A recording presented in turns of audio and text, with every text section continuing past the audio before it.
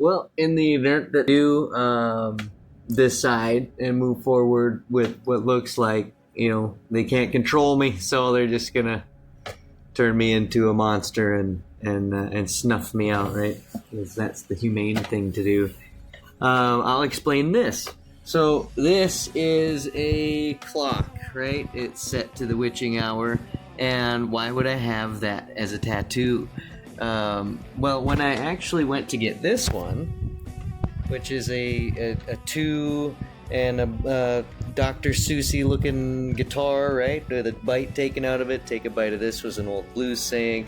The very thick part is actually covering up a relationship tattoo that I got when I went to college with my fiance at the time. Well, anyhow, I got this, and the color faded, so I went into, and this was Paul Roberts at Psych Ward Tattoo in Minot, North Dakota. Fantastic work. I just said, hey, I want a Dr. Seussy, my favorite number's 27, and, make it awesome. And so he was the one that decided on color, and anyway, I've loved color ever since. So it's a 2 this way, but it's a 7 this way. And, well, I've always loved it. Well, I got the color touched up, and I saw there was an eyeball it was a clock melting off of the wall. It was very cool, very, like, Dolly kind of a thing, the painter. And I was like, okay, cool, give me an eyeball that's a clock that's also melting, right? And so then he was like, how do you want it to be? I was like, well, make it like a dragon. Awesome, right? Because going to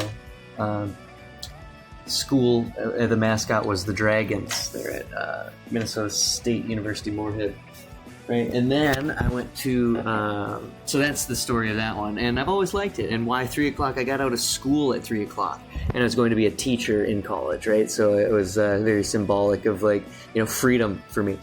And the eyeball now is like a representation of, like, this is what evil is gonna see when the time comes, right? Like,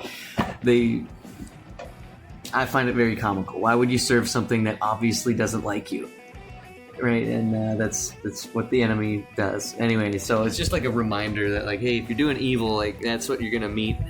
Anyway, it's kind of like, rawr.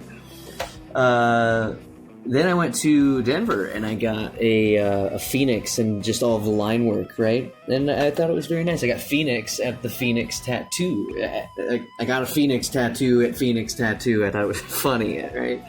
And then I got it colored here in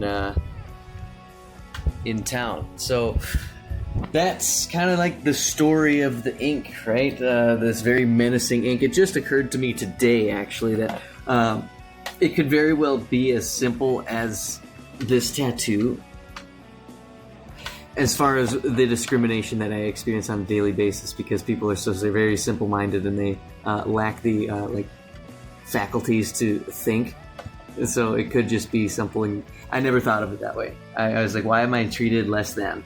It could just be something as simple as because of the way I've decorated my body. Now, this ink, all of it together, costs $500 or less, right? So I'm so happy with that. It's one of my favorite investments I've ever made, and I love it. So I would never change anything about it, and I very much love it now.